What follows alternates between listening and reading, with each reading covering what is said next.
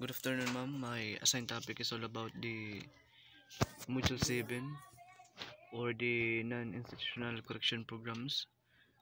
Under this, my assigned topic is under the Chapter 7 or the non-institutional correction programs. Let's begin. Under this Chapter 7, Lesson 1, non-institutional correction programs. Under that is the parole. The parole, a conditional release of a prisoner from a correctional institution after serving the minimum period of sentence. Okay, pag sumod na kita nga parole, paglaya gyapon yan usa nga preso na nakundin when we say parole conditional release gyapon ya. Pero under this, it says that the correctional institution after serving the minimum period of sentence. When we say minimum period of sentence, na kundin ang preso kailangan maserve niya bisan katunga an iya sentensya so din an iya kapresohan is 10 years kailangan kailangan maserve niya bisan 5 years la so dito pwede na to niya tawag ito mag-apply ini nga parole, allowing them to serve the remainder of their sentence in the community under supervision. Na kundin pag sudano sa nga preso masab na nga niya bisan katungan niya sentence, pwede na niya mag-apply ini nga parole na kundi an nibibilin niya nga dapat i-serve niya, which is igaalaw niya nga i-serve niya community and remaining pa niya nga tawag ito nga kapresuhan. Under this parole, it says that governed by the Board of Pardons and Parole or BPP. Na kundiin ang parole gingakaptan gapon BPP or the Board of Pardons, and BPP gapon is under the Department of Justice or DOJ. Base ito based on Republic Act 4103 or the Indeterminate Sentence Law as amended. Na nakundin lawat the objectives of parole, which is number 1 is the rehabilitation, number 2 is reintegration, 3 public safety, and the 4 is the prison congestion. And then 1 is the rehabilitation. It says that this one objectives, it says that to help the offenders reintegrate into society as a law-abiding citizen. Na nakundiin pag sumud ganit rehabilitation, na nakundiin ginrehabilitate gapon sa nga tao, nga nakundiin ang objectives gapon is to help the offender reintegrate into society as a law-abiding citizen. Usa gapon yan nakundiin para buligan gapon ang mga offender na tawag ito ma-reintegrate ngadto ha society gapon para maging usa gapon niya nga a law-abiding citizen. Number 2 naman, objectives of this parole is to reintegration. It says that to provide an opportunity for the offender to reform and change their behavior. Na kundiin usa gyapon ning objectives san parole na kundiin nagpo-provide opportunity para mga offender na baguhon na nila mga panunahon na bisan pa nila behavior. And also the prison congestion na nakundin di ba pag usa kasi nga preso tawag ito sugad malaya na iya tawag ito niya ag-serve na niya iya sentence sa community na nakundin crowded hakuan ha presohan is nagkukuan gapon tawag ito naglilis na nakundin mas space nga to is nagluluwag kay tungod may da naman harakuan tawag ito kulang naman nga to preso kumbaga kung basa usa ito na objective sa parole. And then under the eligibility for parole, number 1 is must have served the minimum sentence imposed by the court. As what I've said kanina, nakundiin usa nga eligibility ko ng parole, kailangan gyapon nga ma-serve an usa nga preso, kailangan na-serve niya na ang sentence na nakundi na minimum sentence, di ba? Ang sikod niya kanina nga kung may deha kapresuhan nga 10 years, kailangan 5 years na serve na ito niya para ma-approve ini nga parol na kung iya applyan. Number 2 is to must exhibit good conduct during imprisonment. Na kung din kailangan gaponin makita gaponan BPP na ano sa nga priso is buyod diha sa kubang prisuhan kay kung diri nga ni waray diri eligible para ini nga parol. Tas number 3 naman exclude when we say excludes an diri sakopan or diri katakap-takap kumbaga sa konsugan. Number 1, those convicted a heinous crime under RA 7659. Na kung din exclude gapon kung usa nga priso is na convictiyahan heinous crime. When we say nga heinous crime amo niyan mga krimen na mahigtaas na gud. So murder or rape, mga suditon, mga heinous crime. And also habitual delinquents, those with disqualification under the indeterminate sentence law. Na kung we say habitual delinquents and tikang nagudhin pagkabata, kung nagudyahin basta habitual delinquents kung baka siya na ito.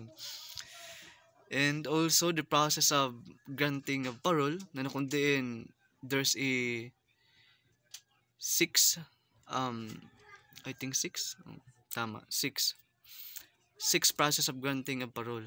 Na kung din number 1 is the application. When we say application nga niinian pag-apply na dinhi naga-applyan kuan ini nga stage is pag-apply pala niyan usa nga priso. Na kung din kung kareg niya na magkamaydaan niya parole is kailangan mag-apply gapon niya under ni application. Na kung din nagpapaserahin kuan hin mga papel kung may daman. Tas number 2 is evaluation. Na kung din gini-evaluate ang BPP kung okay ba hira or for granting a parole. Na kung din case investigation dinigin investigaran nira kaso. And number 4 is recommendation.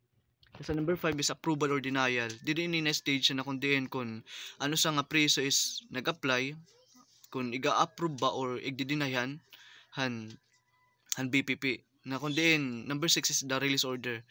Kung na-approve ma-proceed release order pero kung ma-deny nga na ni application is diri ma-proceed number 6. And also the conditions of parole. Amin yan mga condition pag-abot ha parol, ha mga paroles. Number 1, the parolee must 1, reported regularly to the parole officer. Na kung din kailangan gapon an usa nga preso pag magrantanga ni aya an parole, kailangan niya mag-report regularly ha parole officer kung so example kung kada semana dapat may dala usa nga kailangan usa ka semana kailangan usa niya pag-report kailangan niya tumano niton. Number 2 is do not commit another crime. Dina kung din ano sa nga parole dapat diri niya mag-commit crime kung under han parole bilang sa nga parole. Number 3 is to maintain lawful employment. Dina kung din kailangan niya i-maintain gapon ang mga kailangan lawful employment ba. And number 4 is to reside at the approval address. Na kung din diin na iya gen so din kung gandara iya kailangan niya gandara laya dapat diri iya magpakain kung diin na approve ni address kailangan niya tulaya. And number 5, abide by rules and supervision requirements. Na kung din dapat sundon gapon niya ang mga rules kung kailan ba niya sumunod ang mga rules na ginatagay as well as ang supervision requirements. Under this rule of agencies, asya so kung kanina is the Board of Pardons and Parole or BPP and the Parole and Probation Administration under the BGMP and Bucor. The advantages sa parole may dakitahin uupat nga advantage. Na kung din una to reduce overcrowding in prisons. So ko nga ni kanina nga usang advantage ng parole na kung diinin an mabawasan ang kasuot ha prisuhan. And 2 is to encourage good behavior inside prison or incentives for parole eligibility. Na kung diinin ang parole gapon nakapag-encourage gapon na ang mga preso na maging maupay ra sa kob kay para di ba kay maunaw naman to niya nga pag mag-upay na kanya sa kubang prisuhan is magagaron ta na akong parol pwede makagawas sugod dito nin naka-encourage na yung gyapon as well as restores family and community ties na kun diin ngayon usa gyapon nga advantage kay pag ang tao nga nga preso makalaya syempre makadaya iya pa ni malay ngan makasalmo gyapon niya community and also cost effective compared to institutional correction di ba yun and cost of living gapon ngan compare ha kung adto ka sa kubang presuhan is malako ka ganito kaysa di ka gawasin bawas-bawas gapon ito hin gasto sa gobyerno basta makagawas ka kay di ka naman gapon suportahan tambahin di ka nagasto sa gobyerno what I mean. And then the issue and challenges, there's a 4 issue and challenges under the parole. Number 1 is the public mistrust of paroles. Di ba yun? Common man ko din na usa nga challenges gapon han paroles is mistrust gapon han kuan ha public. Di ba? Diri ka tatapuran kay tungod man gud preso ka. May da ka ba record na naging preso ka? Kasi tun usa gapon makuran kay gapon pag-apply kay tungod man gud din ex-convict kumbaga. Amo ito nun usa. Tas panduwa naman risk of recidivism or reoffending. Na kun din damo gyapon ng mga nagko-commit gapon kuan otro crime tungod gapon ini.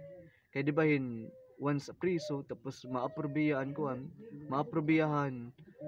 iya application na pagiging parole is ato ni ragawas may dakon chance nga mag-commit gapon ni crime kay tungod bangod ato ni ragawas. And also number 3 is the limited number of paroles officer for supervision. Na kun din usa gyapon ini nga common gapon nga ginkaharap gapon na kun din limited number sa paroles officer na kun din nagi-investigate or nagkikita or nagsusupervise ang mga paroles so kun ato sa na barangay kulangan mga tao han parole officer para magkikita o magmamadya kita ng mga paroles. And number 4 is the lack of community supports program for reintegration. Na kun din kulang ba community supports para mga programs nga naghahatag hinbulig ang mga preso for reintegration. So gyapon nga da kay nadok manggudan tao nga makipagsalamaw ang mga ex-convict na mga tao. And then number is the second one is the probation. The definition of probation, it says that when we say probation, it is a privilege granting by the court that allows a convicted offender to remain in the community instead of serving the time in prison, provided they comply with certain conditions and are supervised by a probation officer. Number sumod nga ni kita probation kung unparole kanina is gina-applyan nimo tungod kun ini na mga instances tungod kun na serve na nimo an minimum sentence or animo kuan na serve na nimo animo sentence in a minimum ngan tungodhan kuan good conduct time allowance sa dito ng mga fees na kun din pwede ka mag-apply gina-applyan an paroles ha probation naman usaya nga privilege na ginahatagan court na ginaalaw ang mga preso or convicted offender nga anira mga nasasalin na mga tuig para egg-service ha community na nira egg-serve na kun din ha lugar na nira egg-serve pero may dagapon kailangan nira i-comply